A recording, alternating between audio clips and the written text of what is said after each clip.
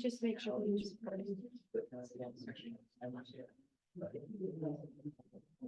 Right.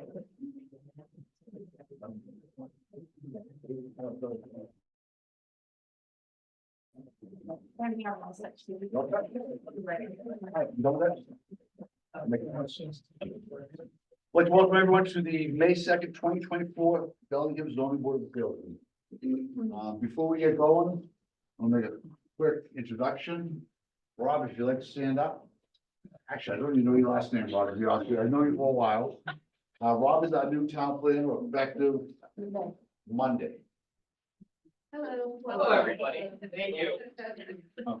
He's gonna sit in tonight, just to Yes, sit in. exactly. Fantastic, great. Welcome, Rob. Thank Forward to you. working with you. Appreciate it. Looking forward to working with everybody. So, we currently are still in an open meeting for 160 Maple Street, am I correct? We're still open. That's correct. Okay. Before we get going, I would just like to remind everyone that this is a variance strictly for the use of the road. We have no control over what's built on the property per se. Our variance today is just the use of a suburban road to enter industrial commercial property in town plan. So, anything from the board before I open and close it up to the public? Okay. Out to the public before we close the public hearing. If anyone has anything that's in favor or denied of use of the road, Mike, I knew your hand was gonna come up sooner than soon. Go right ahead, sir. Thank you. I promise that I will not repeat myself. That's okay. Mike, just. Floor of everything. Michael Connor, 13 Bellstone Drive. I am chairman of the Board of Selectmen, but not here speaking on behalf of the board, for clarity. Three very quick points. One, it was very good to see many of you last night at town meeting. I think that was interesting about last night is that the voters of Bellingham spoke on a zoning issue.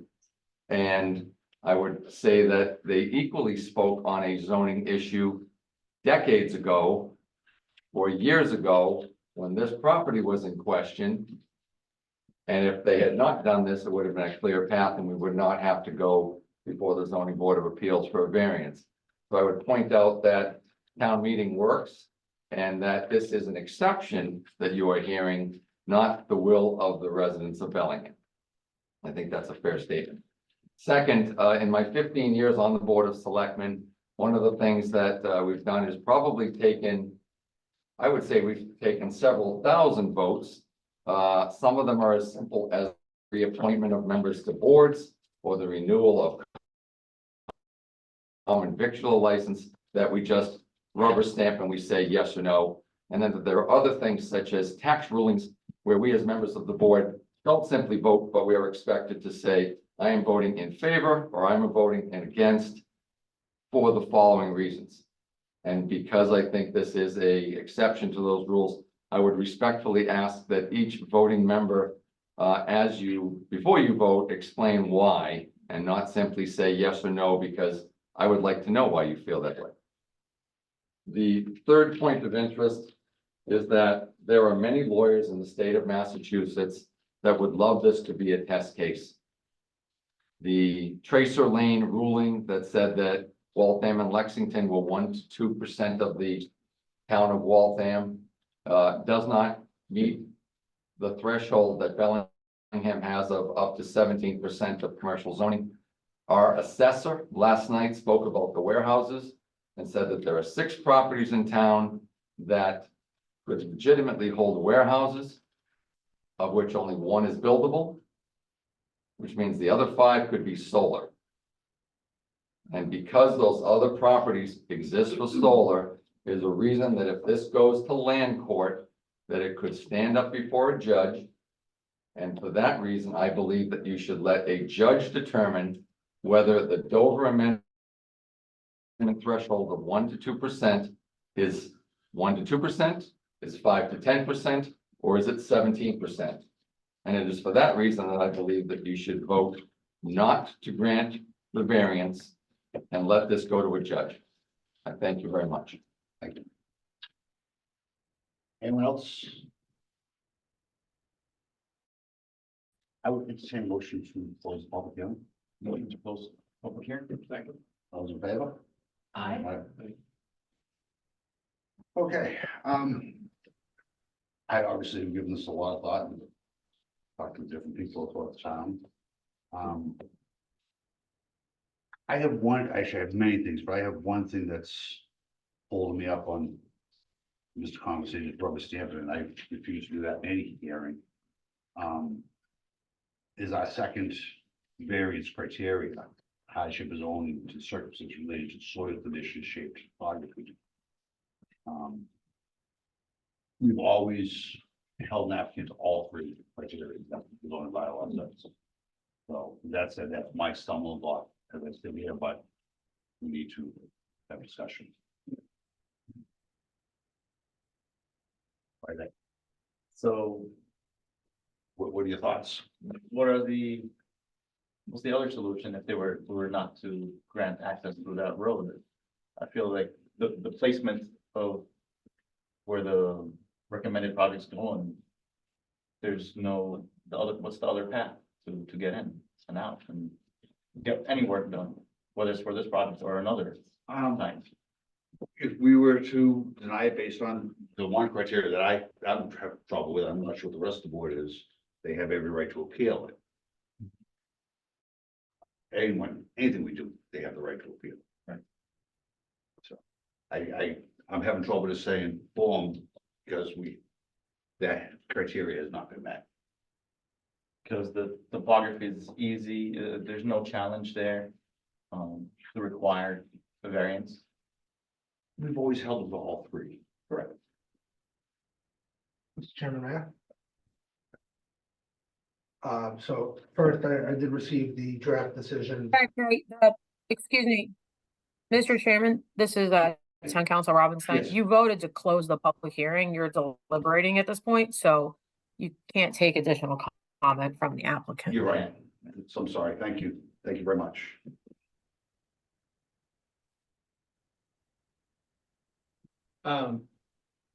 So I think that, and I was gonna ask town council to weigh in on the criteria.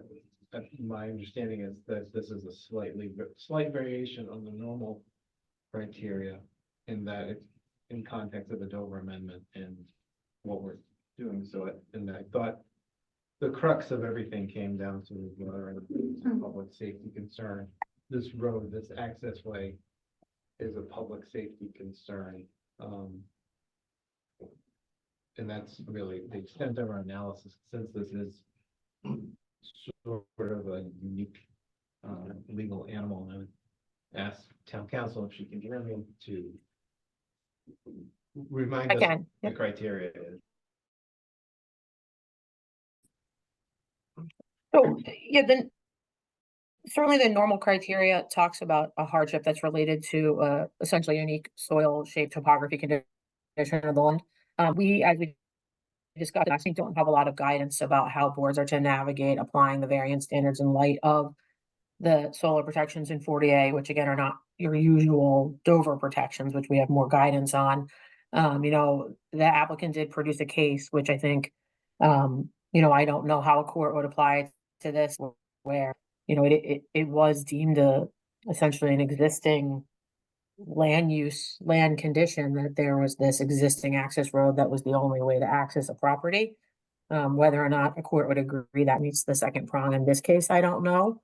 I know we discussed at the last meeting that it seemed reasonable to try to evaluate this project under your normal variance criteria, and if you felt as though you couldn't grant it under that criteria, you should give consideration to whether or not a denial would be considered a prohibition of solar, particularly where we're only dealing with access and not a project in the town of Bellingham. I do think you have to take Tracer Lane as instructive regardless of the percentage difference. But, arguably the hardship would be the inability to provide access to this use, which does benefit from additional statutory protections. Ultimately, we just don't have the guidance to be able to tell you, with certainty how a court will handle that. But in my opinion, there's no question that these uses are receiving extra protection from the courts. So Did that help, or do you need some? Answer your question? Okay. I think it does, but so with that, the analysis, I think, is, the topography of the land is that it is a landlocked or a legally landlocked lot. That it is the hardship, and it's also flowing from the soil in that the land where it's situated in another town without this variance couldn't be accessed. So the hardship and the topography are kind of one and the same in the proximity of things. But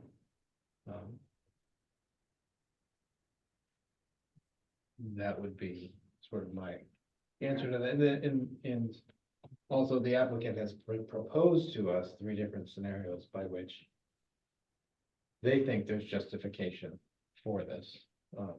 One of which is no use variance is necessary. Then the other analysis that town council is one of them. So I don't struggle too much with the topography criteria because of the way that this parcel is situated, it's legally kind of landlocked without this variance.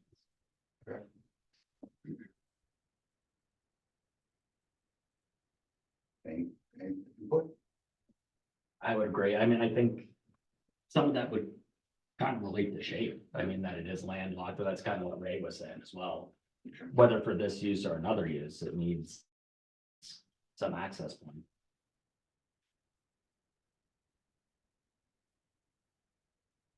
Yeah, I would agree with Brian, on that front, and I think you have to think about this in just parcel 1, right? Because it is beyond that, and so I think the access to just parcel 1 is, yes, landlocked legally, as Brian said. So how about the third variance criteria? Desirable relief may be granted without either. So 3A would be substantial detriment to the public good. How about, for that point, does that come to play in this case? I'm sure it does. I mean, Based on the public's comments, I felt like there was a lot of, I see it in 2 forms, to be very honest with you. And if I could wave a magic wand, I'm sure 1,000 people would like to wave that magic wand and leave it as a golf course. That would be the ultimate. That's not our job for that. right, But on the other side that I see that is the traffic flow coming out of there to both public safety is going to be a whole lot less. I mean, we're talking right now, 6 trucks a year after construction. Right. So there's 2 sides to that coin. exactly. But when it comes to the shape, I would say If I can, meet that variance. Go ahead. Oh. Ron. I was just to comment that while, obviously, I think folks are sympathetic, to the public's concerns. I don't, when we talk about detriment to the good on a variance standard, I don't think that courts would credit the desire to see a different project there or main a project there. That's not the type of public good that they're talking about for variance. I just want to clarify that Noted. standard. Thank you. Thank you. That answers my question. What's the wishes of the board here? What would we like to do? You can speak. You're allowed to here. No, no, everyone else can chime in as well. I mean, are we done with discussion? I feel like we've. Well, we also have, Mr. Connor has asked us, and then again, it's the wish of the board, and I not in total disagreement with him that he'd like to understand our decision as to why we vote either way. Is that a conversation the board wishes to have, or? Is that with every vote we follow it with an explanation? He's asking for, Mr. Chair, the We chair, can he's change come that. in and asked for this on this, and that's up as a board that we wish to entertain. I'm okay with that. I don't know about the rest of them. Okay. Sure. You okay with it? Yeah. All right, so, who wants to start? So I can make a suggestion. Please do. We have before us a proposed draft decision. So if. I think that. You're not.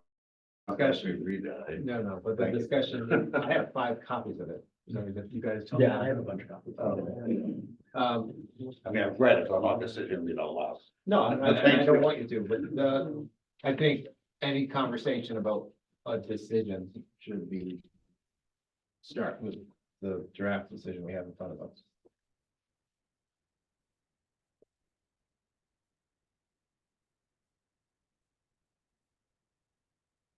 If we do start that conversation. All right, so,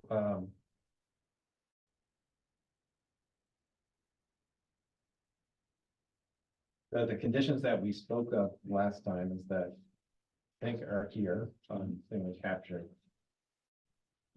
In the decision in that, this variance is for solely the use to access that parcel with the sole purpose of entering and accessing of solar panels. I think that was something that we discussed. I think that's in there. It is in number 2 on page 2. And I believe it's also in there for just this one lot. Lot one. Well, that's what the applicant has applied for, is just access to water. I don't know, is that in there? Yeah, Yes, Further clarification, Peter, if Yes. that's okay. Attorney Brown just hit submitted and it provides further clarification, which I can, show you this here, just write in a copy for the Franklin property with the assessor's numbers. So if you look at the very last sentence, which says 239-012. page you want. This is page 1, the first paragraph, last sentence. So there's a parcel ID. There's further clarification of the parcel ID in Franklin. So that has been added, just so it doesn't just say the Franklin property. So that I just wanted to make note of. And that is what was noted on the plan within the application. Okay. It further clarifies the Franklin parcel.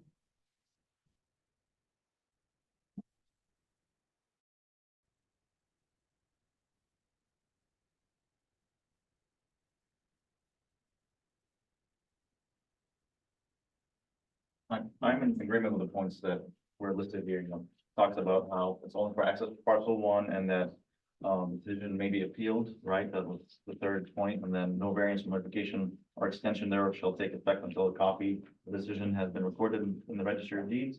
And then the 5th one is the decision rendered here is only concerning the zoning bylaws and not the building code or any other town bylaws. And I'm a fan of that statement personally. I don't think I have any conditions to this. The only question I had was, did we discuss any other conditions? That's all that. I don't, we did. I don't think we conditioned it because the planning board had put, planning board had put conditions on it. Right, and do we, I think the only condition on it is the exclusive. That was the only condition I think we discussed last time. Otherwise, for solar, right? Correct. Yes, lot Yeah. 1 for solar array. Yeah. Right, for maintenance or working on the solar array only. Right? I think it looks like it includes everything to me from the discussion at the last meeting. So you can be in favor of approving this? Yeah, I don't have any revisions.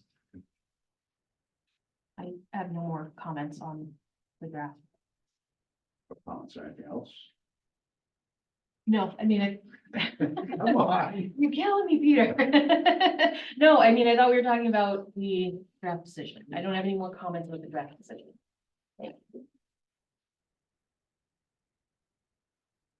Have you seen a motion? When. Just.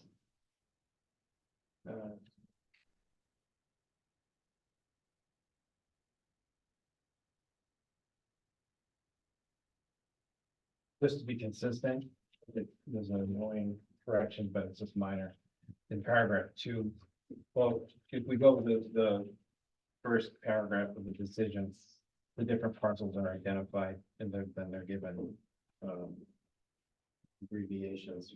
So the parcel ID 239012, which is, I think, parcel 1, right? 160 Maple Street, parcel 1. So the Franklin parcel ID, Is what she was talking about. yeah, that's separate from the Bellingham parcel. So anyways, parcel ID 239012 is identified as the Franklin property. In paragraph 2, just to avoid all confusion, that property is referred to as the Franklin parcel. So we can just change the word parcel to property. And I'm assuming town council's reviewed and approved this.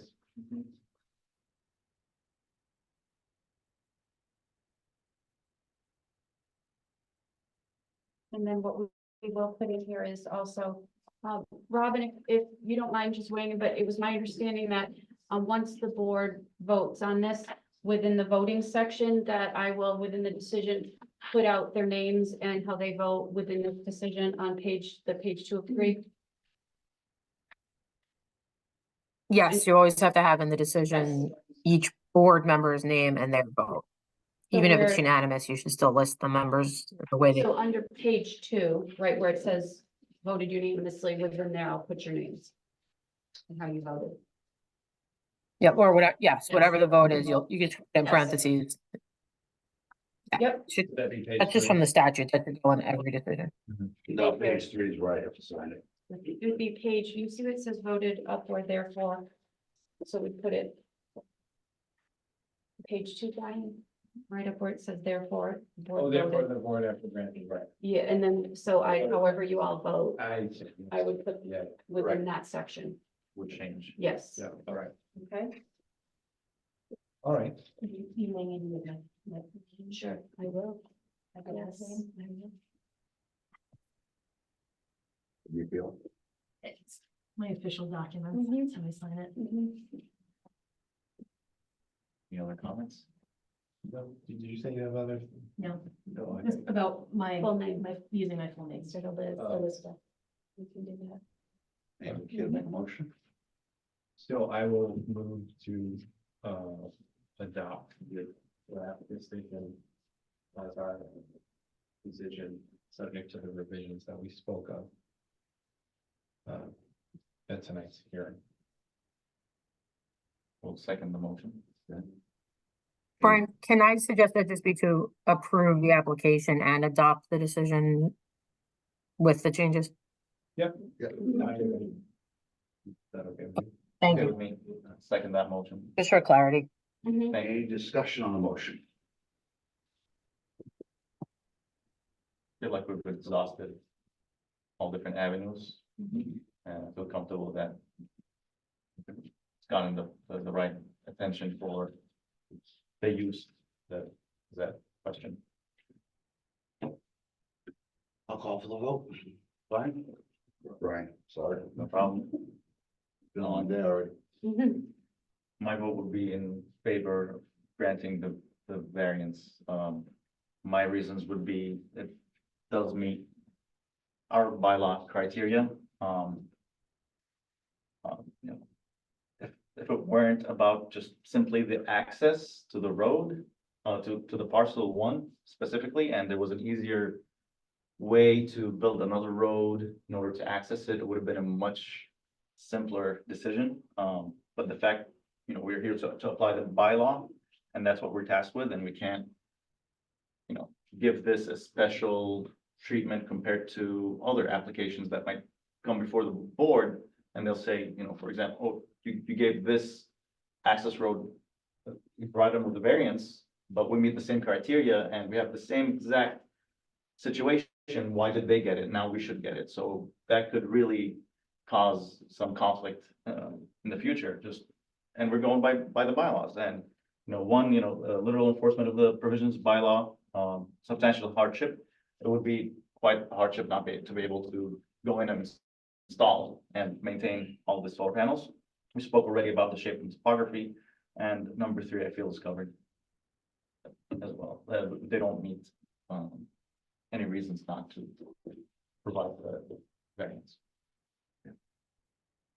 So I would vote in favor largely for the same reasons that Ray articulated and also just to touch on that within the legal ambiguity that surrounds this, whether or not the Dover Amendment applies and with all of those other questions and different analysis in mind, I would say that I agree that there's a hardship because of where there's no other access point, that our analysis is really, like Ray said, focused on the access only, not the merits of the planning board decision or the use of the parcels that aren't part of this application. And that the hardship and the topography are of the same making, I think, as we discussed previously. Yeah, I don't know why when I go to the right, I go to you first, I'm not. That's, yeah, I would vote, in favor granting the variance application. Basically for same reasons that Brian and Ray have said.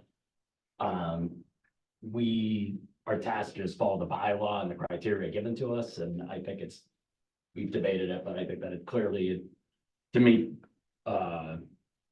meets all the criteria given. And it's up to us, where our focus is just the access road. It's not really everything that's gone before the planning board. So although, I hate to see the golf course go, that's not really what our purview is. So I am going to vote to approve the variance for the access road as well. I think everyone has sort of said everything that needs to be said, but just to sort of reiterate, our scope was very narrow in this decision making. We really had no leeway to, debate other aspects of this project that aren't before us.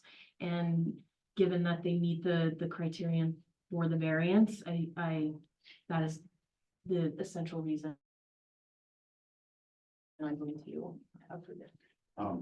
Personally, I read the bylaw a little different, and I've been on sport for 8, 9, 10 years now.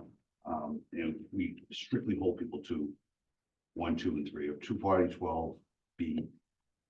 2, I still have an issue with it. For that reason, I am gonna vote nay.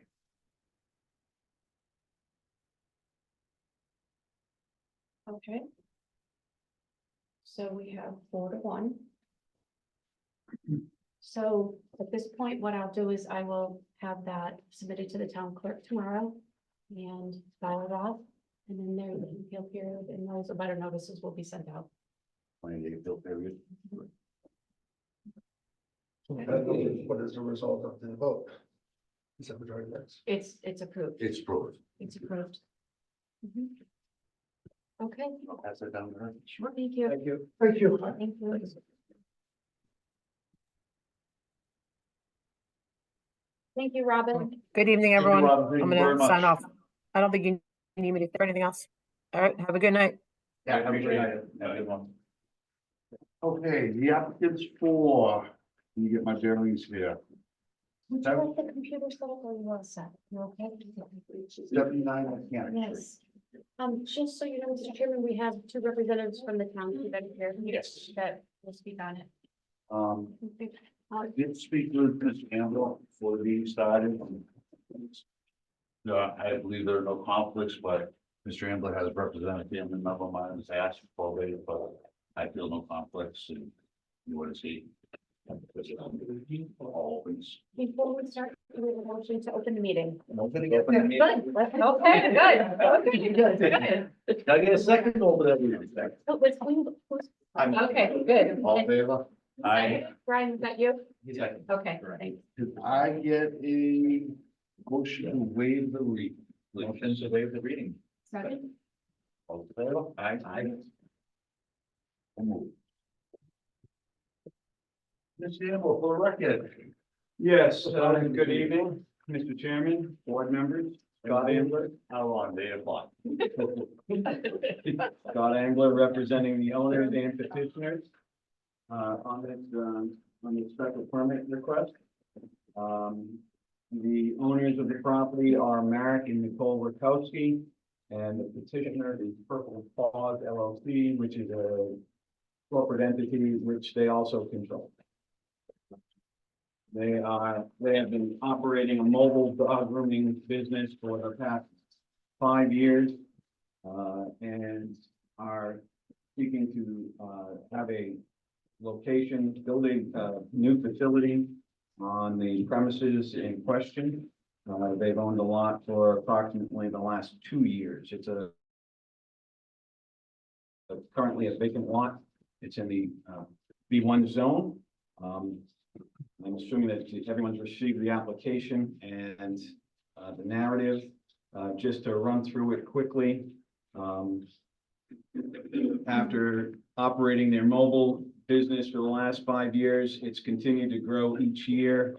Their only real opportunity to continue to grow their business is to have a set facility to do so. They've been, getting requests from their clientele to do that. They have a waiting list right now for customers because of their limitations of handling things with their mobile van.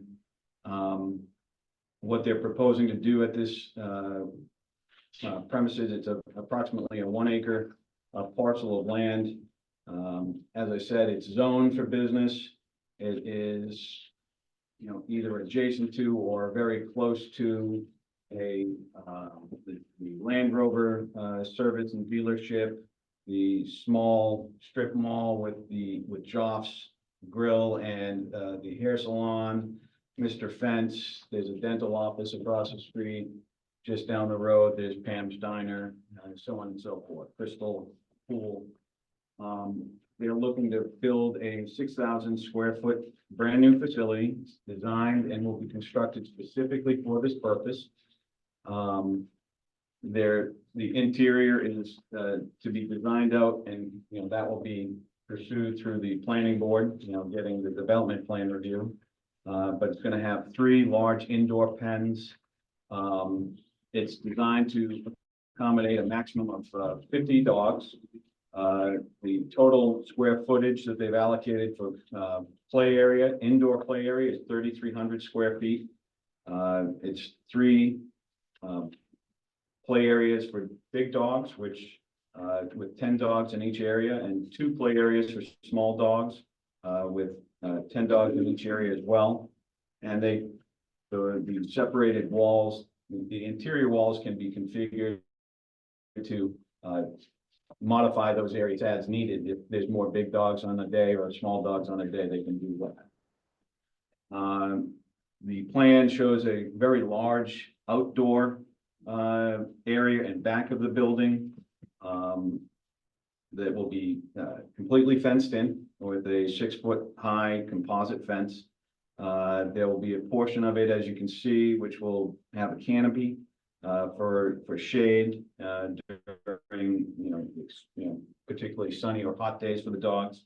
The dogs will only be brought outside at the earliest approximately 8:30 a.m. Let me back up a moment. The proposed hours of operation would be 6:30 a.m. to 6 p.m. Monday through Friday.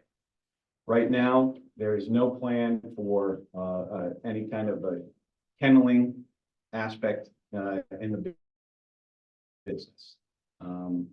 This is solely for pet grooming and a daycare for dogs and some cats potentially as well. While dogs will start being dropped off at 6:30 a.m., they will be kept indoors. The earliest day that the dogs will be let out to play in the outside play area would be 8:30 a.m. There's a limitation that only 10 dogs per employee would be taken outside at any time. We're not going to overload any employee with anything more than 10 dogs at a time. The dogs are kept segregated, for their play areas indoors as well as outdoors. You're not gonna have a mixed scenario where there would be a very large, let's say Rottweiler with a Chihuahua. The 10 dogs going outside would be either small dogs or large dogs only. And as I said, you'd have one employee for every 10 dogs. Right now, the parties only expect to have at most 3 employees. So, you're not gonna have 50 dogs outside at one time.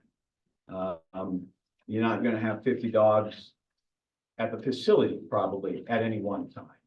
The pet grooming, there are some that will be drop-offs, and generally the grooming takes about 2 hours. So some will be dropped off and then picked up after it's done. Some will remain there for the day. The parking, pickups and drop-offs will be conducted in the parking area as shown at the front of the building. The clientele will be met by an employee to, retrieve the animal and bring it inside, and then the clientele leaves. It's not a scenario where the clientele will stay around, generally taking probably 10 minutes for the transaction to take place. So you'll have people dropping off and leaving the facility very quickly. It's not going to be a packed parking lot. Should any disturbance or interaction happen outside during the outside play, the parties will be the employees, and the applicants here, the owners, would be bringing those dogs back inside. It's not going to be a scenario where they're just left outside to roam around and, start barking and getting into, potential fights, unsupervised. They'll be supervised outside at all times. So if anything does break out, what they'll be doing is taking the dogs, particularly the ones that are causing problem, and bringing them right back inside, having someone bring them inside. All right. The operation is going to be essentially, I guess, what you call state of the art. As I said, this building will be a brand new facility built specifically for this purpose. They'll have all of the waste disposal taken care of, the daily cleaning after the close of business day, everything disinfected. They'll be installing a video and camera system for clients to, monitor their animals and their pets during the day. Each client has to provide, before the animal will be allowed, documentation of vaccinations. They already have, pet industry software in place to keep all of that information up to date. They've already spoken with the dog officer and reviewed the petition and the plans with the dog officer, who, to my understanding, did not have any issue with the proposal at all. It's more of a planning board issue, I guess, but the plan shows 20 parking spots. Technically speaking, it's supposed to have, I believe, 23. And we're going to be seeking a waiver to that degree, but that will be a planning board matter when we do the development plan review. My clients, having been in the industry, already have all of the various insurance requirements in place.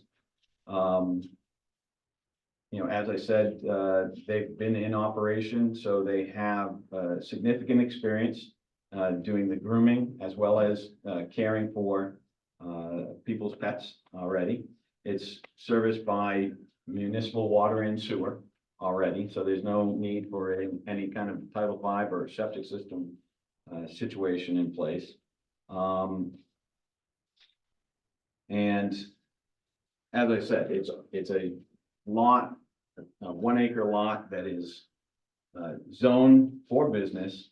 We're before your board specifically because of the daycare aspect of it. As you know, the zoning bylaws require the special permit to be issued for even though it's a daycare and it's not what anyone normally considers kenneling, the daycare still is defined as kenneling in the bylaws, so we would need the special permit from your board for that aspect of the business. Thank you, Sambo. So the board is aware, we have Patrick from Animal Control and our brand new Board of Health, gentleman, Dylan's on a video as well. Before I go anywhere, either one of you gentlemen have any input on this? You don't mind? Yeah, me and Tracy have both, as the gentleman stated, we've both looked at the plans. We like what they're setting up, especially when it comes to, you know, the dogs per employee, which is fantastic because that really will, you know, make sure that no issues arise. So really, from our standpoint, what they put together is good. We have no issue with it moving forward. Thank you for your input. Mr. Labonte, any questions, concerns before we? Yeah, I just had, I would say, two quick questions, and forgive me if this is identified on the plans. I just don't have the plans in front of me. But Mr. Ambler, you'd mentioned that the waste would be taken care of. Do you know how exactly? I'm just curious if it's just like, I mean, is it as simple as just like making sure it's picked up and thrown in the trash, or do you have, will there be some sort of, you mentioned this state of the art. I'm not sure if they have some sort of fancy way. I'm just curious. And then, Okay, go on. sorry. And then my second question is, you'd mentioned that they're in the mobile grooming business. Will they be continuing to operate the mobile grooming business out of this location? Like, will this kind of serve as like a home base for the mobile grooming business? Or will they be transitioning from mobile grooming to grooming at this location? So to take your second, question first, they do anticipate hiring someone to maintain the mobile aspect of the business. It's not going to be going out on the road, bringing them back to the facility. It will strictly continue to operate as it does now. They may end up parking the van at the end of the day in the lot or at the facility, but the employee will pick it up at the beginning of the day and then be out on the road to service the clientele and then bringing the vehicle back at the end of the day. So it won't be multiple trips back and forth. As far as the waste, there's no state of the art, disposal system. It would be, basically picked up in plastic bags. They have, receptacles specifically for it and, dispose of just as you would if you were walking your dog, on the street. I mean, they'll be, having obviously they have a dumpster and they're gonna have a set, plan to have it picked up and disposed of. I would say, awesome. Thank you very much. Just one final question, and this one might be a little strange, but I just thought of it. Will they be feeding the animals there? And if so, other strange question, would that be producing a lot of like fats or oils and greases from the foods that they're using? I know obviously not really grease, but I'm not sure if like the food, like a wet food, would be producing a lot of fats, because it's been an issue specifically on Mechanic Street.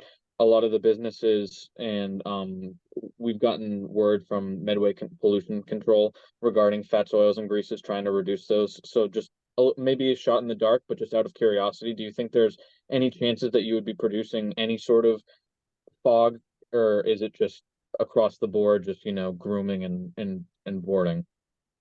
I'll let Well, my client answer that one. if the client requests, like, the dog have a snack during the day, they would have to provide it to us. We won't be supplying it to them. So, Okay, I mean, either way, it doesn't sound like it would be enough that it would be of concern. It was just something that I thought of, but other than that, I would say you guys addressed all of my questions or comments, so I'm good with that. Thank you, gentlemen. Folks, before we open up to the public, and I have a couple. I was gonna say, so on this, you have the 266, the closest condo, but that's from the building corner. So my concern would be the whole outdoor play area So it's probably more like 166, give or take, feet from the play area, the outdoor dog area, to the nearest condo. And I guess my question would be, you have shown trees on the front by Mechanic Street. I'd like to see at least some mitigation towards the back of that fence for maybe sound. Maybe if there's planting trees back there towards the, because I know the fence is gonna be 6 foot tall. But my, biggest concern would be the effect on, or impact to the condos on Crystal Way.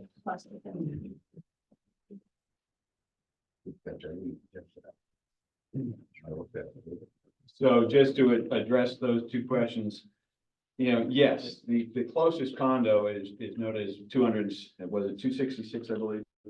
But I guess it's from the building, From the where the building. biggest use area is gonna be that whole backyard area. Understood. And if you look at the plan, it shows that the depth of the backyard area is 87 feet. So you're really, from the back fence, it would be about 180 feet to the closest condominium.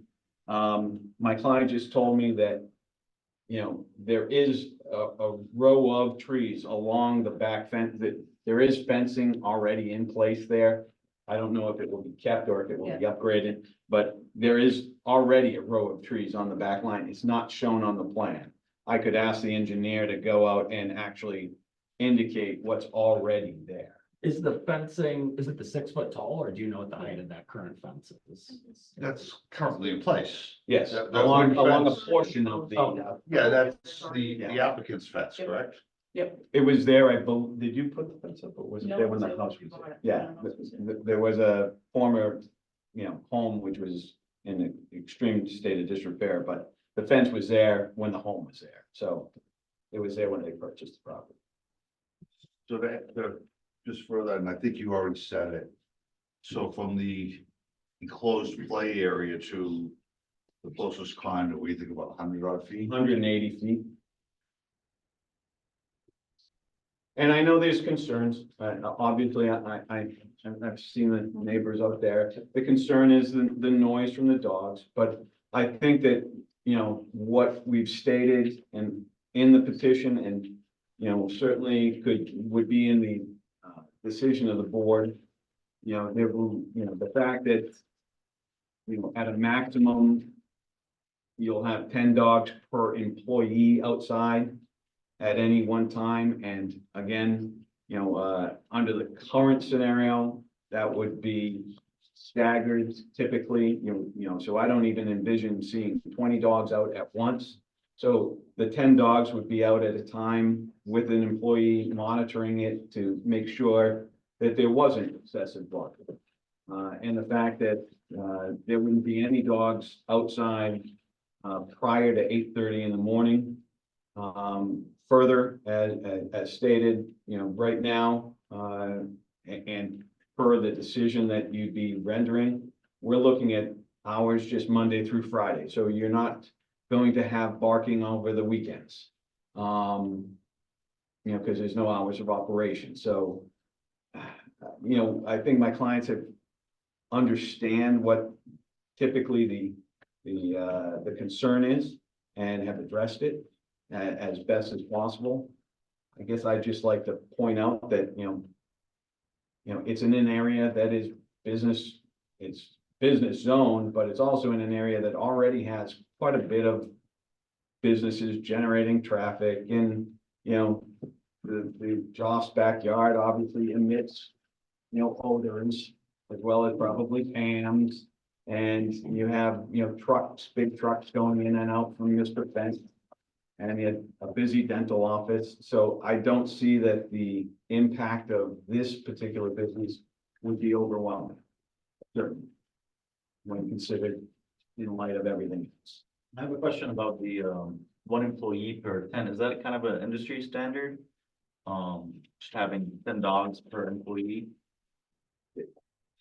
I think some places may have more, but that's all we're comfortable with is the 10. That would be the limit. And that's reasonable. I'm just imagining, if you walked, 15 minutes and then a couple of dogs are just not getting along, then you have to drag all 10 together. No, they can, they'll they can call inside and somebody can come in, out from what they're doing, come out and get them. Oh. And there's going to be a sense, I think, I've had discussions with my clients about, quite extensively more. I know more about this now than I thought I would. But, with the indoor play areas, you're going to have, these dogs interacting already indoors. So they'll have adjusted and you'll see whether certain dogs, interact well or not. They wouldn't be taking dogs that weren't interacting well indoors and bring them outdoors as well. They'll be kind of segregating things to make sure they, the dogs get along essentially.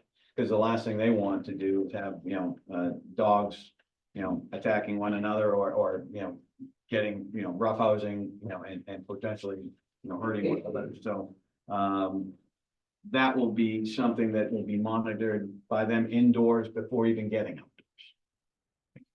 You don't want the child beating up on the pit bull. Yeah, right. Can I actually ask a question based on what Brian brought up?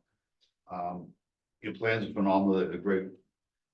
Any consideration or reason why you put the outside play area to the left towards the condos and not the other direction towards the repair facility? That would bring it away from. I'm just, is it topography? Is there an issue?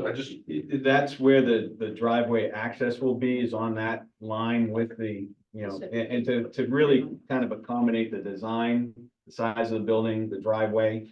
You'll see that, on the, there's no way of accessing the, property. First of all, Crystal Way is a private way, so you couldn't really do that without approvals, but there's also a strip of land that's owned by the town. Because behind it, you have the town pumping station. So the town pumping station land is, where you see the town of Bellingham, map 50, lot 81. Actually, they have a strip, I think, that goes along and in between my client's lot and Crystal Way property. So you couldn't access it from that way, and so the only real method of doing it is where the entrance is. And The guy who did the plans told us we could not put a driveway on this side by Crystal Way, Yeah. just be too close to Crystal Way. Would you close? So we had to put it. Was that based on sight line or just the physical? I believe that's a regulation that you can't have two. That close to each other, yes. I'm sorry. I have a clarifying question about the operation. So you talked a lot about the daycare portion, so it's 50 dogs max for daycare. But some of those will be grooming clients or? Right, some of them may bring their dog in for daycare and say, okay, you haven't groomed before the end of the day.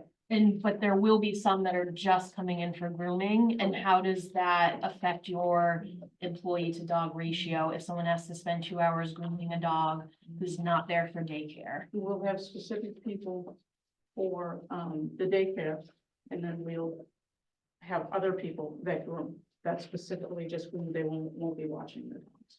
Oh, so you'll have more employees than the Eventually, 3. yeah. Okay, so I mean, I know planning will address the parking, but I guess that would concern me that you're at least 3 parking spots are for employees, if you have more for grooming, and then if you're storing your mobile grooming there, I imagine, they're probably not out mobile grooming 12 hours a day. I mean, they might have to come back while you're still operating, so that's kind of would be my concern, but I guess maybe that's not for us to. Yeah. It's a plan. And we could. Mr. Rutkowski just stated to me, obviously it depends on planning and getting a waiver of those 3 lots, those 3 spots. But if that was approved, it would give them some potential ability to then maybe move the building, closer type of scenario. It could alter the design, giving more space and more distance to the back condominiums. But again, we won't know that really until we go before planning. Thank you. That's sort of a question we should go into. They'll be dropping them off.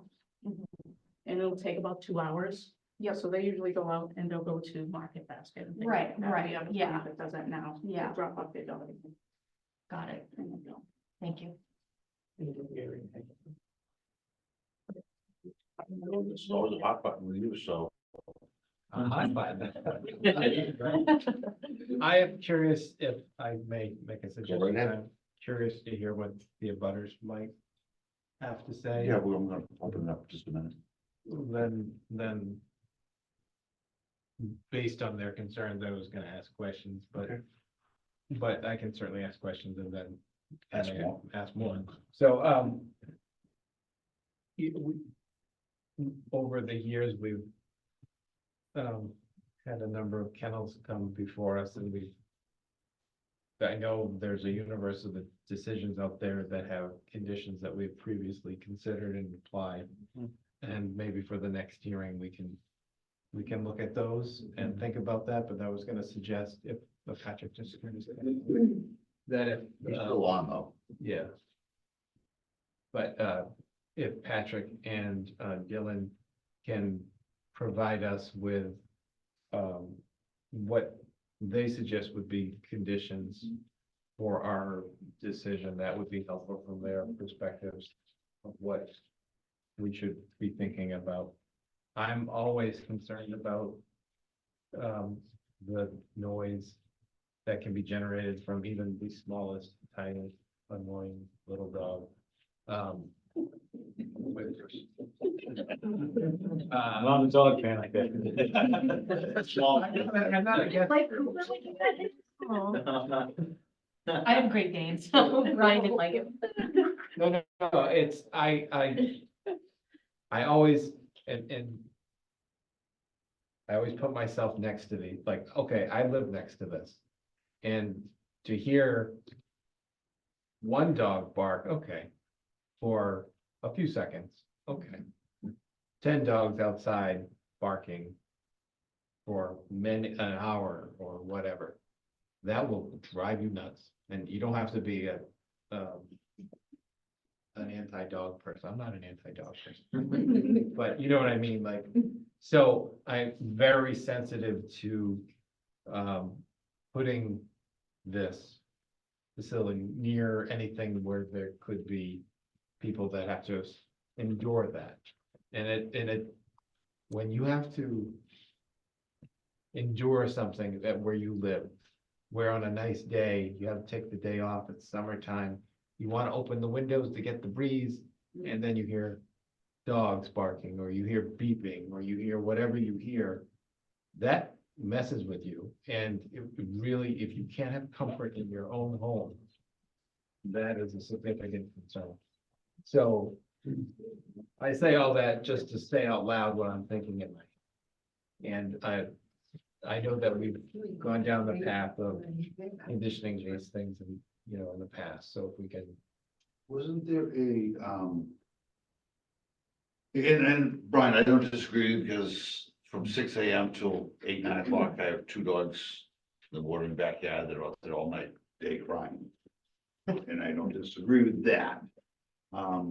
Wasn't there a set time you were gonna bring the dogs out for? It wasn't, yeah, but being outside in the play area, was it all day? It was just during. Oh, no, they wouldn't stay out there all day. The earliest they'd be outside would be 8:30 a.m. Yeah. And they're generally brought outside for, Couple hours. just to be, they play, let them run, you can't just keep them inside, So it's not gonna be a situation where the And they would be rotated. 10 dogs will be out there all day long. No. But there could, my concern would be there's shifts of dogs, so the same dogs aren't there, but there's a perpetual rolling amount of dogs outside being dogs, so that would be. And I am a dog person, but it drives You are a me, it dog. drives me insane. So is Liz, she's got a horse. Convert. I didn't. Ready before I open it up, anything? For me, it's just the vicinity to both properties. I was wondering if the applicant was gonna do any noise reduction changes or nothing? Well, I mean, there are the existing trees, there is the existing fence. Right.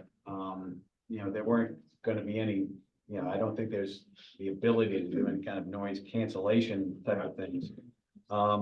Just to address a couple of, points that, I've heard so far is, I know that the board recently had done a similar permit for the facility that was very short-lived in the center of town. Right. That was approved for 35 dogs, and it was a much smaller facility that had, hardly any outdoor area, and it was on tar. And, so this one is going to be, it's a night and day type of operation, to be honest with you. And just, I understand it. My clients, they're sensitive to the issues, but I'm sure there are already pets at the condos. I mean, I don't think that there must be people, I'm sure, that own in there that have pets already, and the 180-foot distance is significantly greater than what you'd find in any type of a residential area in town. If you had a neighbor with a dog, I mean, even in our agricultural zone, you're closer than 180 feet between homes. I don't disagree, but I will say, I'm 300 feet to my back lot through the woods, and those dogs all day long, they'll drive you insane. But they're dogs, they're out there playing and having a good time, they're being dogs. And it's something that as a resident, I'm like, all right, they're dogs, they're being dogs. So, and that's why we have to be a little sensitive to the neighbors too. I understand, and that's why, all I can say is that it would be, to that end, that's why the limitation would be, between 8:30 and the end of operation is 6. They'd probably be inside before then, be getting ready to be picked up, so it would be no dogs outside probably well before then, but it's only Monday through Friday. Also, believe your clients, the applicants, so that if there's any issues with the dogs, you're very much.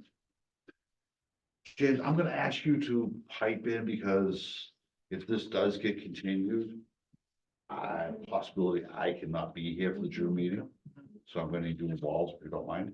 Yeah. The point of order. Oh, you might say, yeah. Oh, wait. He just sits there quietly. most of the Just time, can't so. vote, yeah. All right, I'm gonna open it up. Okay, I just have one more point. The overnight kettling concerns that I know they have and hear about potentially looking at overnight kettling in the future. Would we not have to, We'd have to come back. we have to come back? Oh, We're not pursuing that now. The decision, I don't expect the decision to even address it. If we ended up looking at that down the road, we'd have to come back before the board to amend the special permit. and then just one other quick question was, so the existing fence along Crystal Way, is there a sidewalk on the other side? I'm just curious, I couldn't see on the map. I'm just curious about if you live on Crystal Way and you have dogs and you're walking your dogs, that would be Does something. not look like the Crystal Way provides sidewalks. Okay, that's it, I'm good. That's the grass and there's trees. I have one more question, just about the dump area. Is that not gonna make any kind of smell? What kind of precautions are gonna be taken to control the smell where the dump is? Nothing more than, commercially reasonable measures. Okay, it's not gonna, on a really 80 We're not gonna degree do summer, that. it's not gonna be that. No, there's gonna be a Except for schedule, regular- yeah, All right. regular Yeah. schedule. People trust me, get a little angry. Exactly. I could be wrong, but I thought, there are services there is actually something that kennel operators do to waste. It's more than just put it in the trash. I could be very wrong, but there was.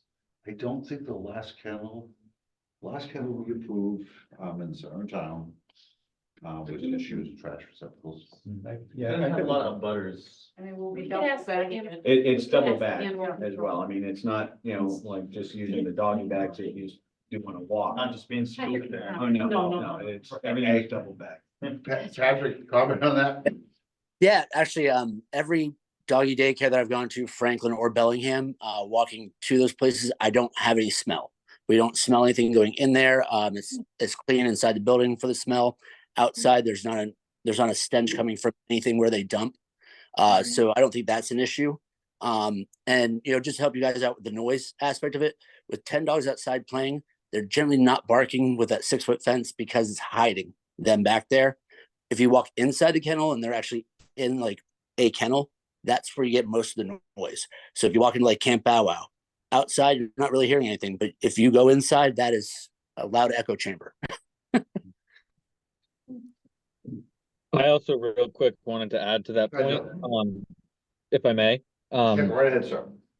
I just was kind of interested in one of the board members bringing up like the potential addition of further shrubbery and or trees to further not only noise insulate, but also it provides, shading. It'll block the dogs. Maybe some of these dogs are really high jumpers and some of them can jump and see over the fence. I also am somewhat familiar with the topography of the region, and I understand that Crystal Way is slightly higher up than that bottom of the street where this proposed location is.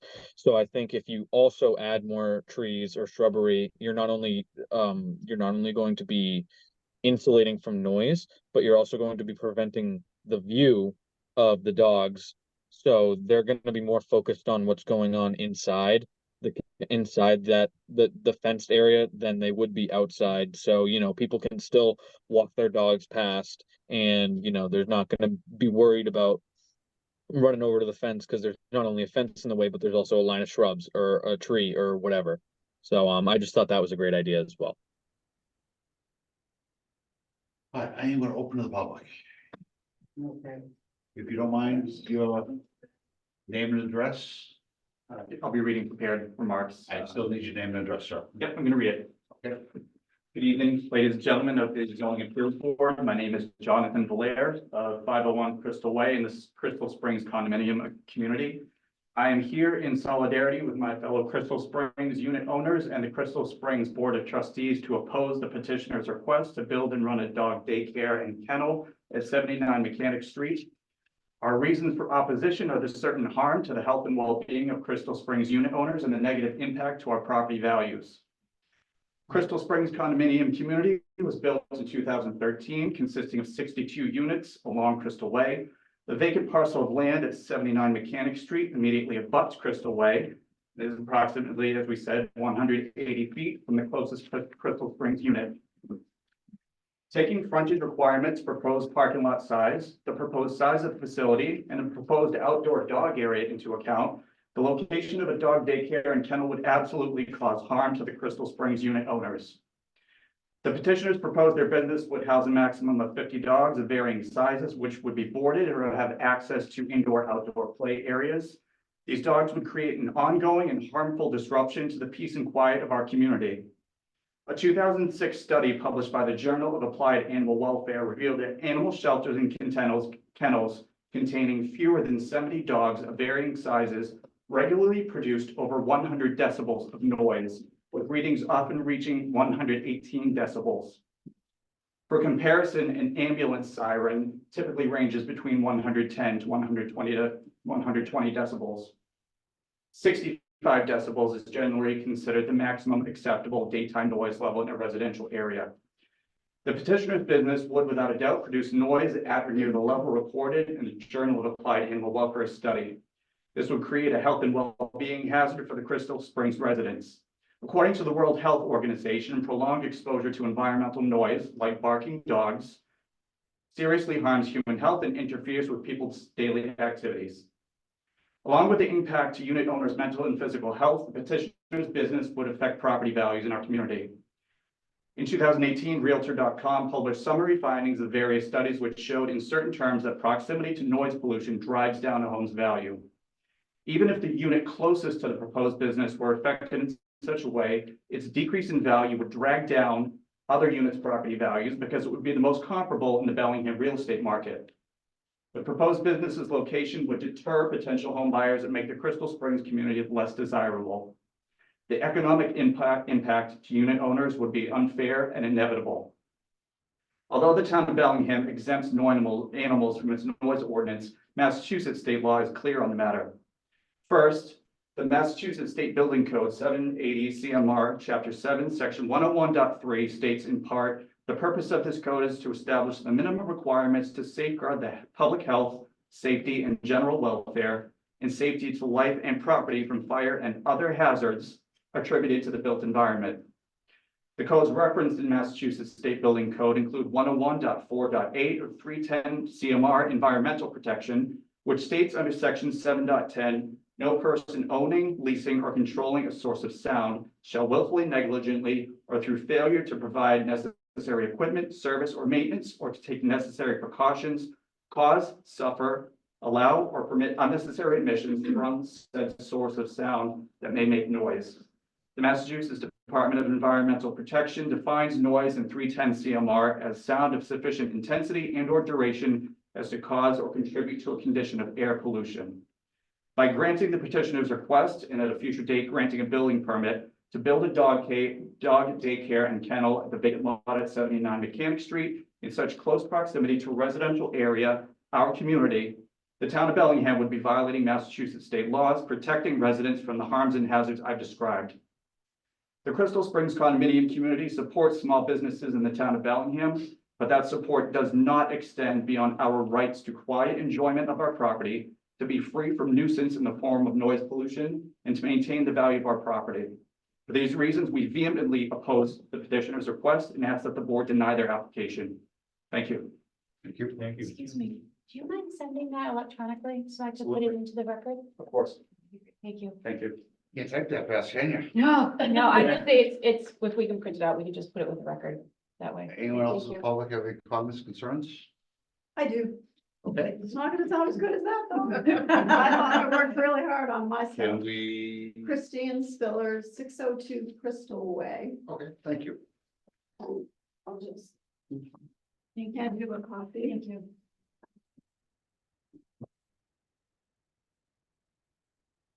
So I did spend a lot of time making a lot of notes on this. I do want to start off by saying, I listened to the board talk about the facility that they want to build and it's state of the art, and I applaud them for that. It just needs to be state of the art someplace else than at the beginning of my street.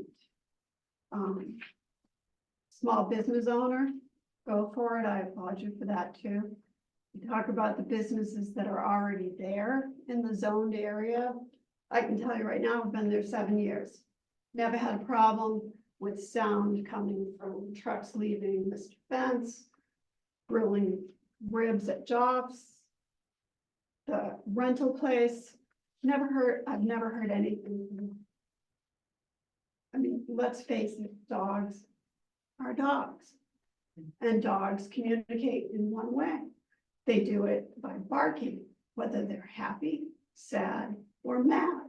So you can't control it. Short of putting a muzzle on a dog, you can't stop dogs from barking, and they're just gonna do it.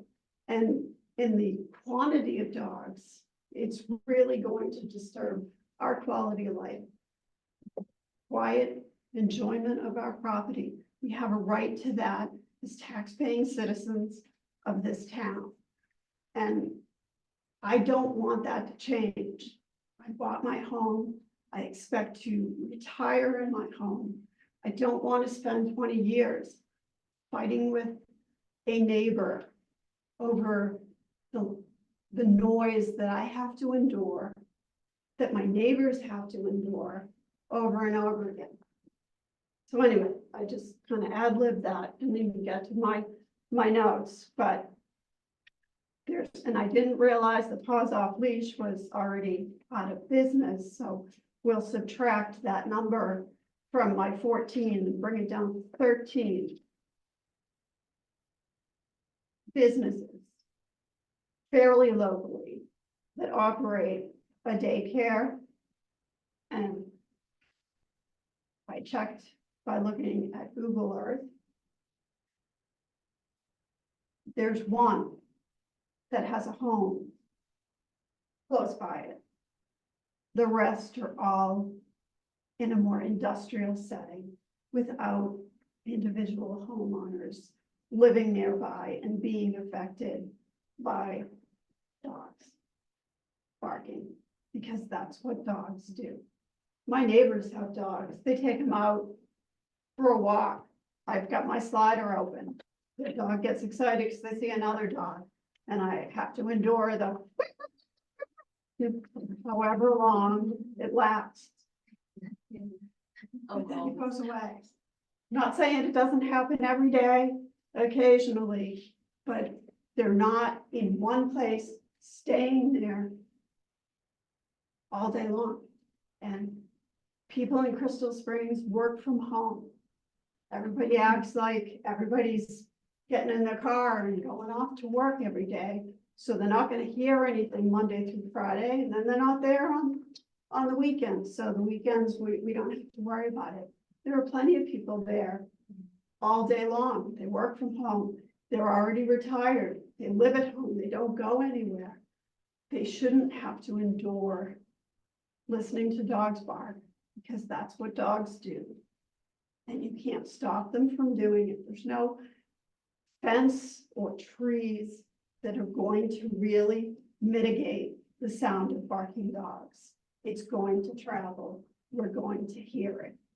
And depending on how many employees are there, you got dogs having an issue outside and they have to bring them inside. You got someone grooming a dog. You have someone watching other dogs internally. I mean, how fast can you really react to these situations and stop them from happening? I don't, but again, I just want to say it is common that towns are understanding and recognizing that doggy daycares don't belong next to people's homes. They're putting them in areas that are more appropriate. So it just doesn't seem reasonable that you would put a business like this right next door to a residential neighborhood. And I think it's unfair to say that it's noted that the closest home, and in their notes, is over 260 feet away. Does anyone here think 260 feet is really a great distance when you're talking about dogs? You know, it's the word that's missing there is it's only 260 feet away. It should be 260 yards away from somebody's house, not 260 feet. You know, they refer to the space as substantial space. It's a big area. And they see that they could accommodate up to 50 dogs, and then it's 10 dogs outside per employee. So what happens when their business takes off and they're doing really well and they've got 8 employees and they've got 3 or 4 outside? You're gonna have 40 dogs outside, 30 dogs outside at the same time. Those numbers are astronomical, but still 5 dogs, 10 dogs is still a lot of dogs to have outside playing together and barking, because that's what dogs do for 2 hours at a time, 3 hours at a time, when people are in their homes trying to just enjoy their right to peace and quiet. And also the people in the homes who own dogs. And I don't know if you want to speak for yourself. Go ahead, and I'll add if I need to. She's the closest condo to this. She has a dog in her home. A dog who is home alone when she's working. And this dog is going to suffer anxiety listening to dogs less than 260 feet away barking. It's going to be distressful for her dog. And there's other people in the neighborhood with dogs too. Dogs' hearing's way better than ours. So these people go to work, their animals in the house, their windows are open to let the nice fresh air in. I don't care where you are on Crystal Way, at least on the lower section for us. A dog in any one of those units is gonna be able to hear dogs barking outside. The people who walk their dogs, and this has been their routine. You go out, you walk your dog, you're walking down that strip right there, down to 140. And now you've got dogs on the other side of the fence. And your enjoyment of just being out walking with your dog is definitely gonna be affected by your dog's reaction to what it can hear behind the fence. And maybe especially because it can't see, it just knows there's a bunch of dogs over there. So that dog is going to suffer, not just the human homeowner. And, you know, as far as traffic and what's gonna happen during drop off and pickup, nobody can say. I mean, all the judgment, there's not gonna be any traffic issues. There's not gonna be any noise issues. There's not gonna be any issues. Of course there's gonna be, we all know there's gonna be, it's the reality of it. And if this goes forward, then those issues come to be, what's our recourse as homeowners? You know, and I mean, it's at the end of my thing, but the property value, absolutely. Our property values will go down. There's absolutely no doubt about it. I talked to my boss about this. She's an absolute dog lover, adopts dogs and cats, drove to New Jersey a month ago to get a dog. She absolutely loves dogs. She said, I would never buy a home near a daycare where there are dogs outside in close proximity. And this is a dog lover, and I'm not a dog hater. I have a dog.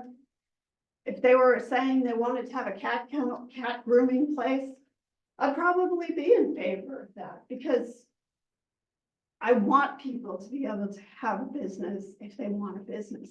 It's just is not the right location for this business. Not with us living there. And the people in Upper Crystal Way are going to be affected. They're right over that play area. So you can have a 6-foot fence and you can have trees. That noise is gonna rise and it's gonna travel right up to theirs. And that means being outside on their back deck, whether they're working from home or whatever. You can't say it's just Monday through Friday, and the weekends you'll have peace and quiet.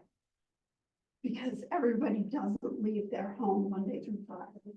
They're trying to have work or just live in peace. You know, what I tried to do was just go through their thing and kind of touch on anything that I had questions about. But, you know, I know it's late and you guys have probably heard enough. I don't need to say it over and over again, that I'm not in favor of this. And I probably don't need to say again that dogs bark, because that's what dogs do. And nobody hates them because they bark.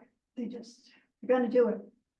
And I'm wholeheartedly against this proposal. I really hope the board takes into consideration the number of human lives that are going to be affected by this. I just think that the petitioners need to make a different choice as to where they want to put their business. And granted, they own the property, they bought the property. I don't know if they bought the property with this in mind, and if they did, then maybe they should have done their due diligence and found out what it was going to look like to be trying to put a dog daycare potential kennel in front of a neighborhood. And I'm just going to end with, what will be my recourse if the sound of barking dogs interferes with our right to a quiet enjoyment of our homes? What's our recourse? What will be our recourse if odor presents a problem and people can say, double bagged, in the trash bin, nobody's gonna smell anything? I can tell you right now, when people walk their dogs in my neighborhood and then they deposit that bag in our dumpster that sits there for a week fermenting, I can tell you right now, I can smell that. So to say that because it's bagged, there's not gonna be any odor. When somebody walks up to our dumpsters to deposit their trash in it, and it's been 80, 90 degrees all week, there's going to be a dumpster full of poop that what gets dumped, picked up once a week. So, but if there is, if there's chemical odors from their daily cleaning, what kind of chemicals, what kind of cleaners are they using? What kind of effect is that gonna have on the air quality around us? What's gonna be my recourse if my home value drops? What's the town gonna do if the value of my home based on square footage is being valued the same as someone who's living in a nice, peaceful, quiet neighborhood? And my value, I'm not gonna be able to sell my house for as much as they can. My tax is gonna get dropped.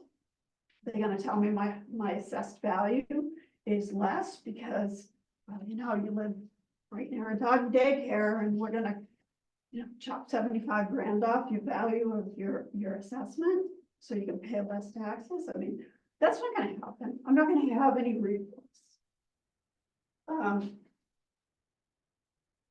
And if the town approves this and there are problems, what will be the town's responsibility in correcting them? Or the town's liability if there's any kind of injuries or damage sustained to anyone in Bristol Way?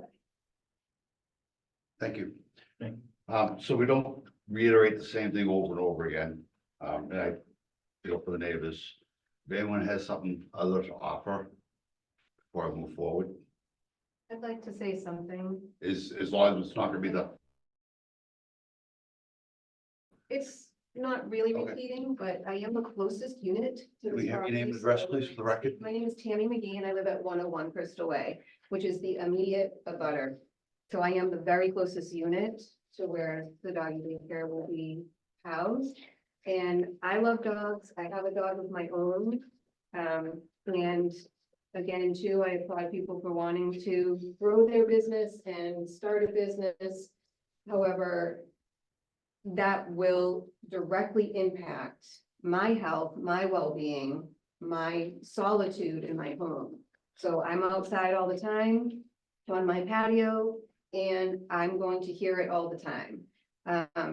I also can see directly into that lot from my unit, and the trees do not, the fence does not cover that and the trees do not cover that.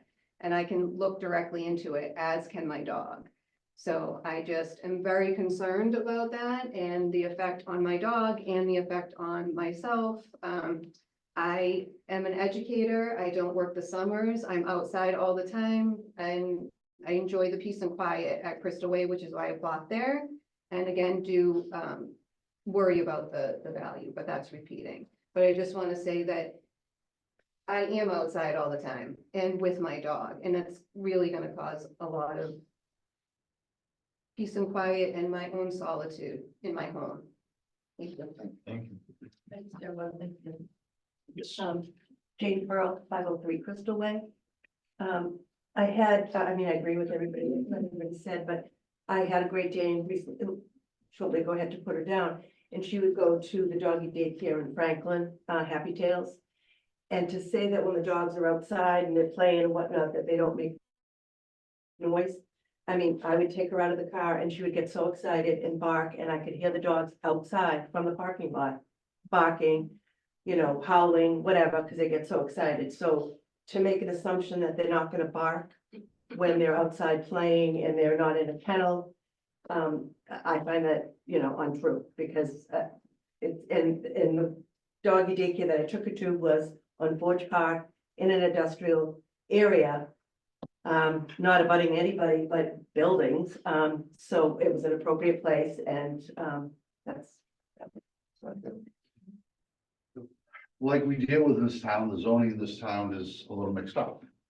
As town meeting last night discussed, because we do have industrial lots right up against residential lots in this town. And style warehouses up against our residential lots, the town meeting we had last night for that. So this is very difficult to do in this town. Anything we do their abuts residential property.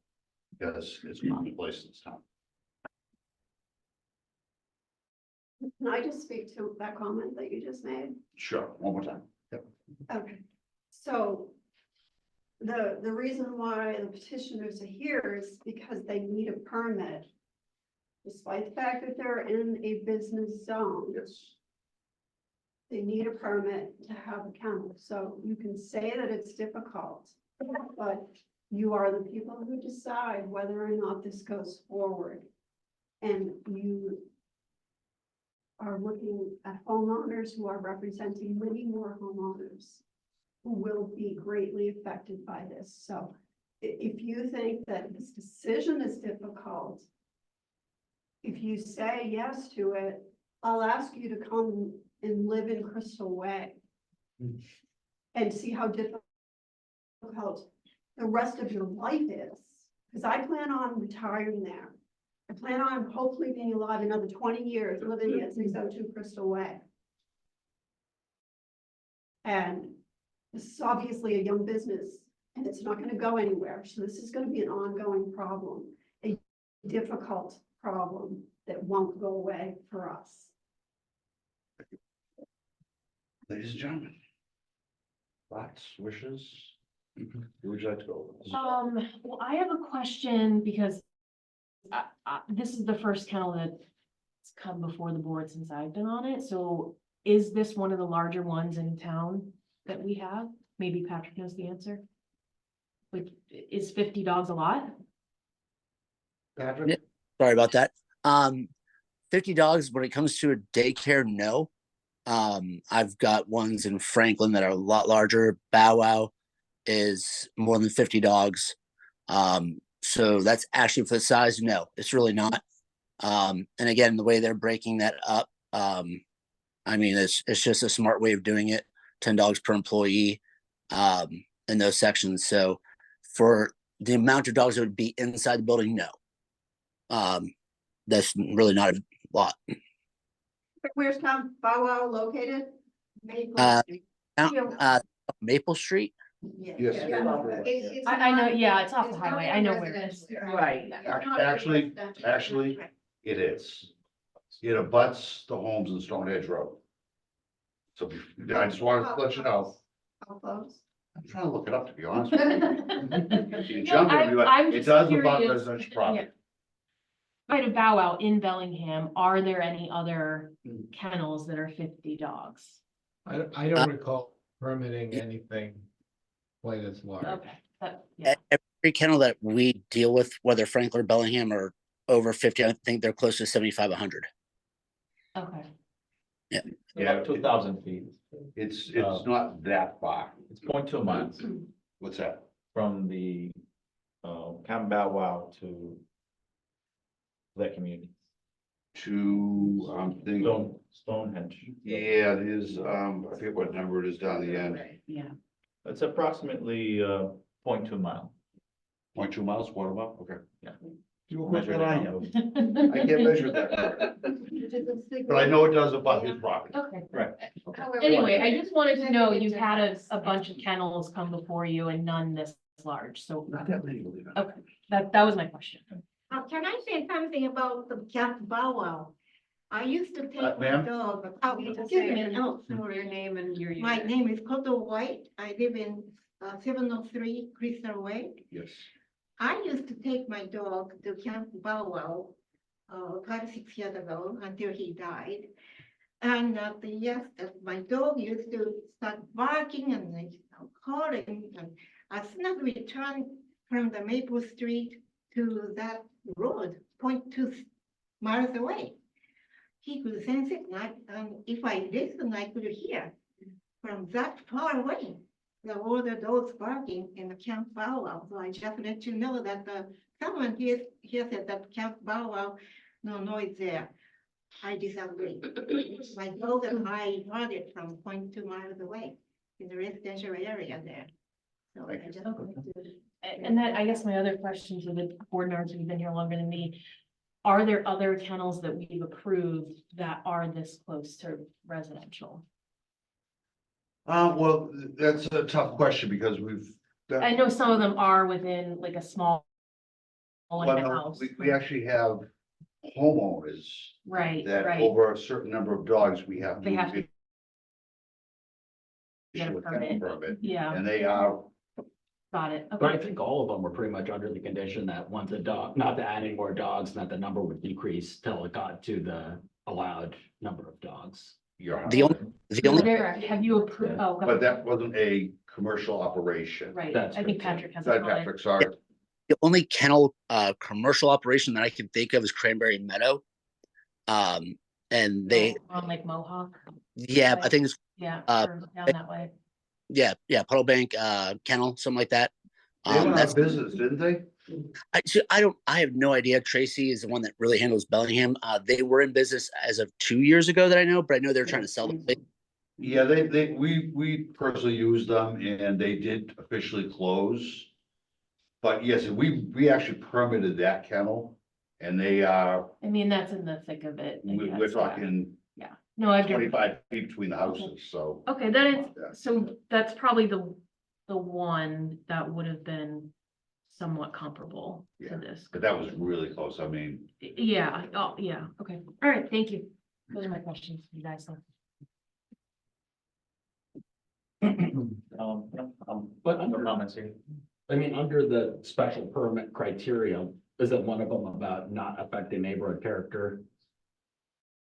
And I think that would be the biggest hurdle I would have, that it seems like all the butters coming forward, I could see it having impact to that residential neighborhood that you don't want what the applicant is seeking.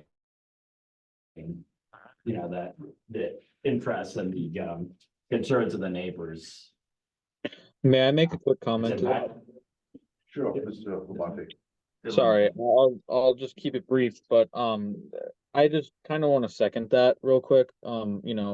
After hearing all of the abutters concerns, I again, I'm a dog person, I'm an animal person. I literally have cats in the background and a dog upstairs, so I'm also very pro business, but I'm being in inspectional services would be the one who would be receiving the complaints from all of the abutters if slash when this were to be put in place. And I think that they've made it clear that they are very concerned. And I think that alone kind of it not shocked me, but shock is not the right word. I would say more so it definitely is one of my concerns, and I would advise maybe there's some way that we could make modifications to this or something that we could make some sort of compromise or something. I'm not sure here because from the public health side of things, I definitely understand their concerns with anxiety, not only their dogs themselves, etc. So I just wanted to that's about it. Thank you. Thank you.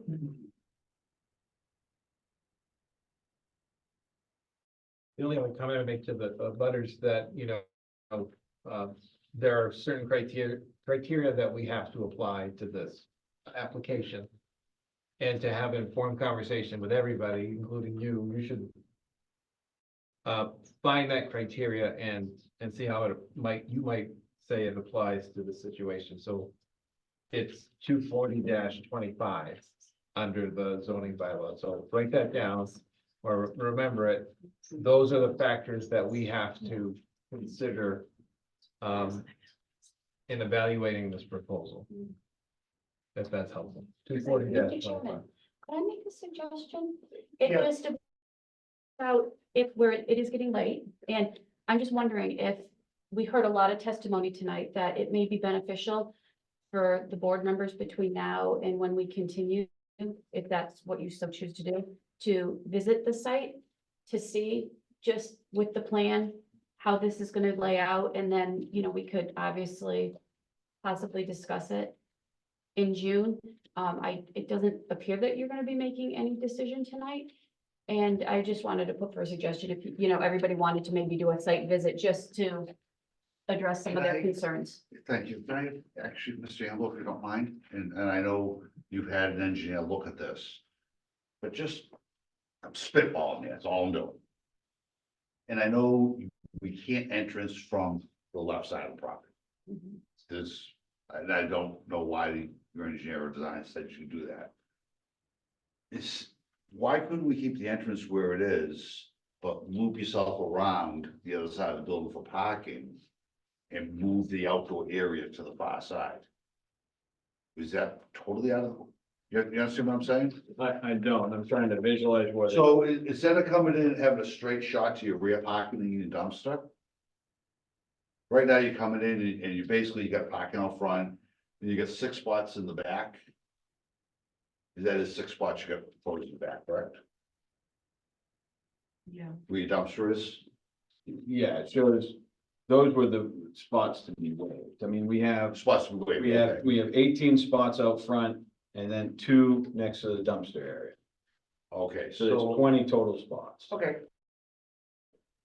So I'm reading wrong, I'm reading something different. Okay. But just curiosity, and because the building hasn't been built yet, we can move doors around. Why couldn't the proposed outdoor area be moved towards that side where the dumpster is?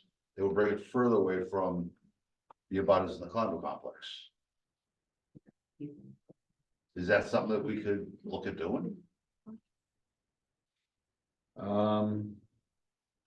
I mean, again, we're in It's the, beyond my ability, I'm not an engineer. I know. First of all, but I mean. we're in the Are planning you kind of stages. contemplating like turning the building on its side? No, absolutely not. Just taking Okay. that outdoor play area Yeah, from the left rear corner. Is sliding it further away from the butters down to the right rear corner of the building. I think. I think so. they're, Well, it Am I won't- missing something? Yeah, you're only looking at the, because it would be over there. They're trying to We leave have the it the- spots so we that have the the entire back can be outdoor. That's the thing. They want it from side to side. That's why and that's why they want the waiver for the back. So that means I should have read the next set of lines down Yeah. and not the first set of Yeah. lines. I apologize. Yeah, so the whole, if I'm reading it correctly, the whole back would end up being an outdoor play area. Yeah. No, What do you have, sir? no, The whole back area, So, only that area is the. All right. Actually, Tim, before you jump in, can I just listen to what she said?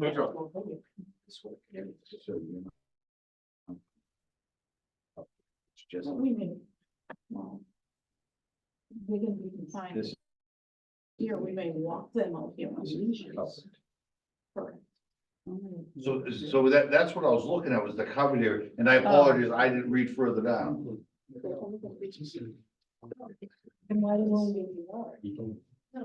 aren't they utilizing it? No, they're not gonna utilize it. I think that this one is covered, Yeah. but that's open, so. All right, so go ahead, Jim, go ahead. All right. We're discussing. So look, I think we're getting ahead of ourselves on the I think design. you're What we're talking about now is the planning board's purview. Yeah. Okay. Okay. But I think. We're here because the use chart says, a kennel is allowed in industrial and B1 and B2 by your board's approval.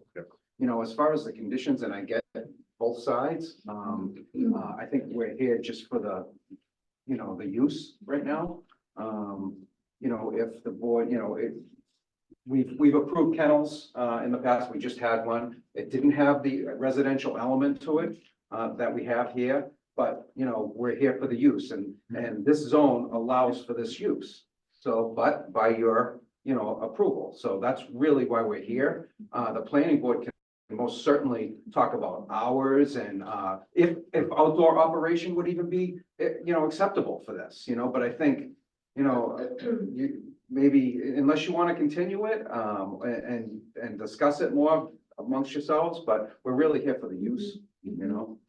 I think, I have nothing to disagree with you, but I do think that hours of operations and conditioning and learning about all of that stuff is. I agree. Special permit. I agree. That is Could part be of. conditioned, Yeah. could be conditioned, but I mean, as far as the moving the building around and stuff, you know what I mean? No, I get you, I just, Yeah. I was trying to Yep. listen to what the neighbors have to say, and I'm looking at these, I don't have the dimensions on it, proposed outdoor pen with covered roof. Thinking if we could move it however many feet to the opposite side, that would alleviate some concerns, not all, but some. Quite frankly, I think that would make it closer. Okay, Because That's probably where, why. where it's shown on the plan, the close, what it's close to is the pumping station. Okay, I got you. And can I just add, I don't think, if you, I think the site visit is a really good idea, because if you saw it, you would realize that moving that in any way, shape, or form, the outside area isn't gonna make any difference. It's a very small area and it's very, very close to us. I mean, the other place that you just mentioned was a significant amount further away from the residential area than this is.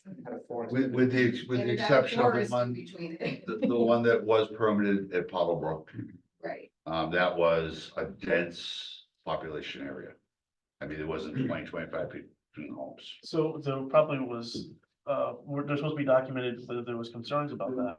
Do we have any documentation on that? That we would have to look into. So clearly we have some issues we still have to look into. So again, I would suggest we do a site visit. We've got several things we want to look at.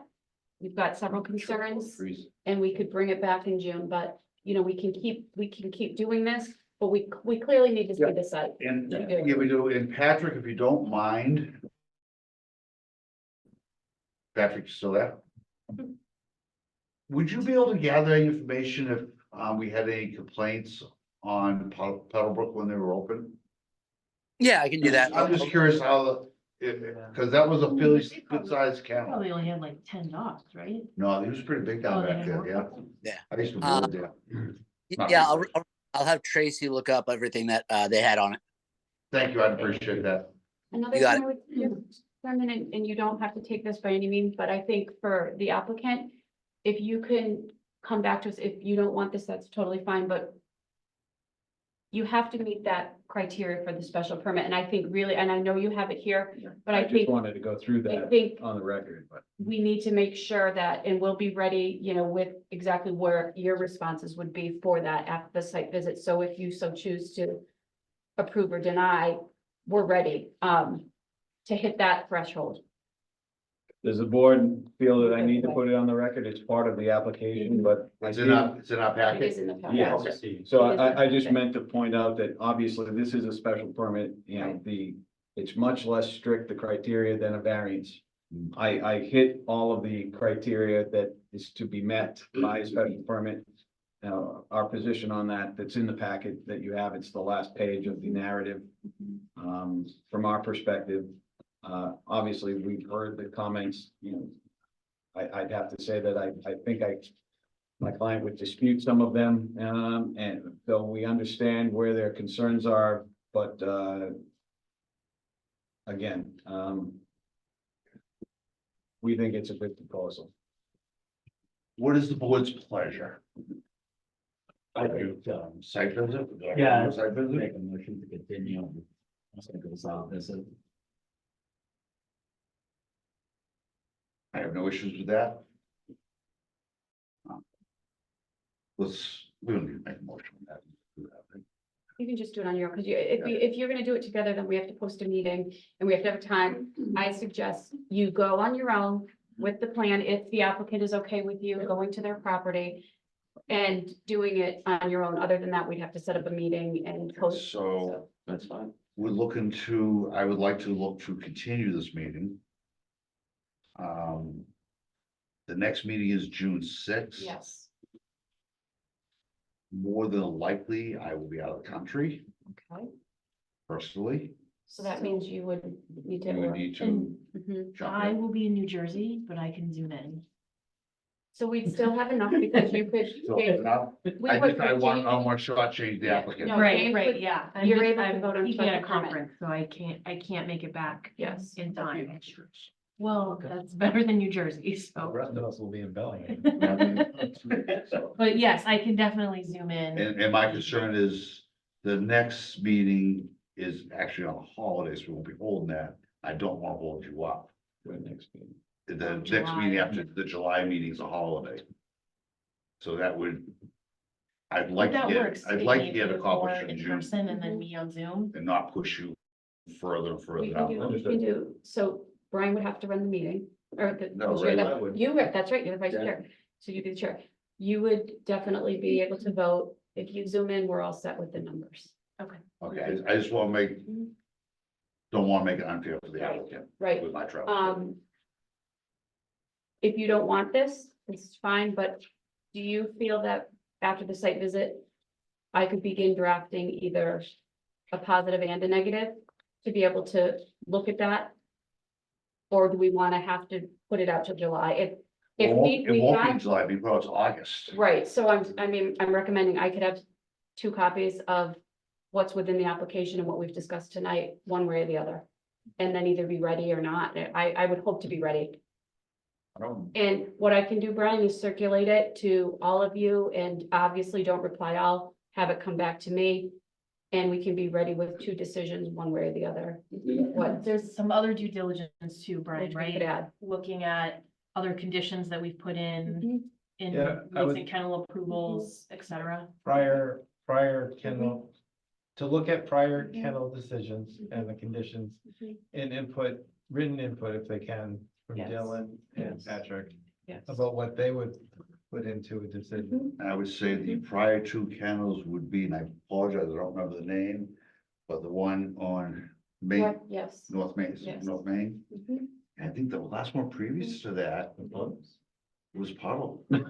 Yeah. No, not the pugs, No, no. because that's not commercial kennel. True. The But last commercial kennel was the one down by Silver Lake, or whatever lake that is down there. And really, we just have to hit that criteria for the special permit, and that's gonna be within your decision anyway. So I think we could get a Not Silver template Lake. of where we're at.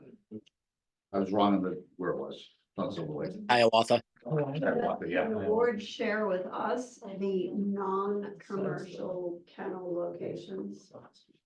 That's public record. And it basically, just so you know, if a person has 7, more than 4. well, the 4, sorry, more than 4 dogs as a homeowner. So if you have 5 dogs as a homeowner, you're required to get a spread.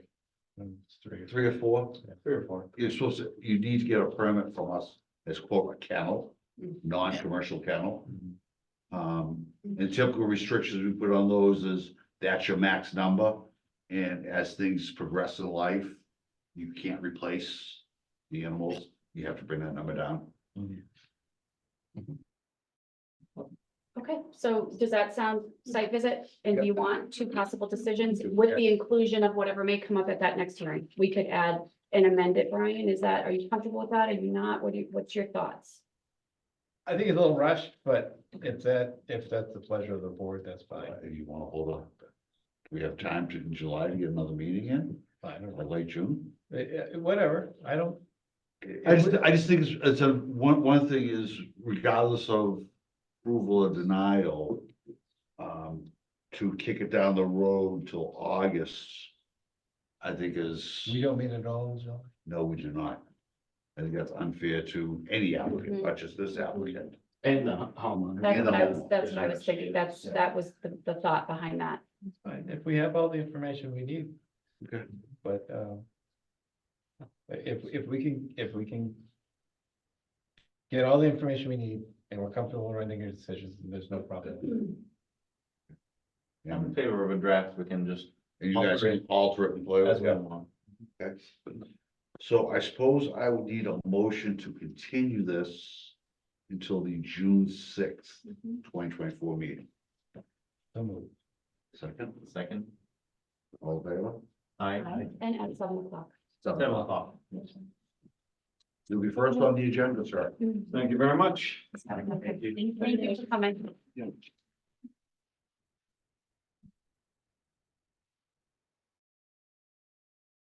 Yeah. I'm gonna have to have you sign. Sign what? Sign the document. You have to approve minutes, the end of minutes, yes. It's for the solar project. Really? We have to sign your. Really? It's on you. No. We have to sign. I handed you one sign. No, but the board, we have to have, what they said, we have to have everybody who signed it, you have to put it, in. You have, I'll explain, yeah, Please do. I'm Yeah. lost. okay, so minutes, thank you. But for me, it's, my name was misspelled on, one of the mentions on the first page. Okay, I will let her know, thank you, It's Rayanne. okay. That was national. I You will let her know object? to make that. Yeah, are you sure that's how you? I object your objection. Other than that, are they okay with that one amendment? Yes, I am. okay. Perfect. So I'll move to approve minutes as been revised. Okay. Can I get a second? Second. All in favor? Aye. Very good. Can I get a motion to get the Bruins game on? Motion to adjourn. Motion Motion to adjourn. Second. Second. Okay. All in favor? Aye.